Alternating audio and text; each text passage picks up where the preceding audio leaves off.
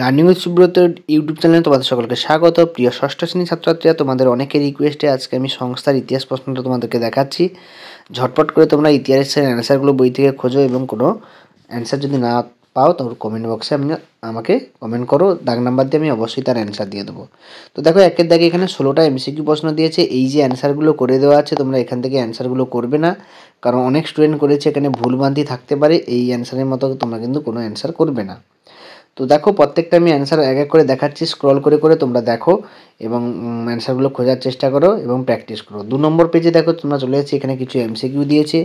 2-এর দাগে এসিকিউ প্রশ্ন 10টা দিয়েছে, খুব ভালো ভালো প্রশ্ন দিয়েছে। দেখো, যেমন পাণিনির লেখা ব্যাকরণটির নাম কি, কত খ্রিস্টপূর্বাব্দে দ্বিতীয় নগরায়ণ হয়েছিল। তারপর দেখো 3-এর দাগে এখানে ড্যাশ পূরণ দিয়েছে কয়েকটা, 3টে মহাভারতকে ড্যাশ বেদ বলে, এটা তোমরা জানো পঞ্চম বেদ বলা হয়।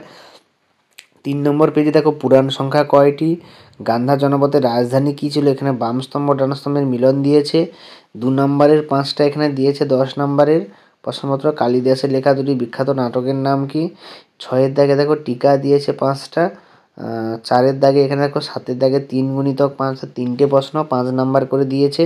5 নাম্বারে এখানে 5টা প্রশ্ন দিয়েছে, 3টে করতে হবে, যেটা খুবই ইম্পর্টেন্ট। যেমন স্তূপ এবং চৈত্য, এই প্রশ্ন কিন্তু প্রায় প্রতি বছর পরীক্ষায় দেয়।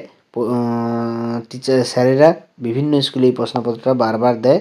তো এখান থেকে দেখো, এই প্রশ্নপত্রগুলো করার চেষ্টা করো। তো সকলকে ধন্যবাদ, দেখা হচ্ছে পরের ভিডিওতে। এবং তোমাদের বলে রাখা, তোমরা প্রশ্নপত্রগুলো ভালো করে প্র্যাকটিস করো, এগুলোই এখান থেকেই পরীক্ষায় আসার সম্ভাবনা প্রবল।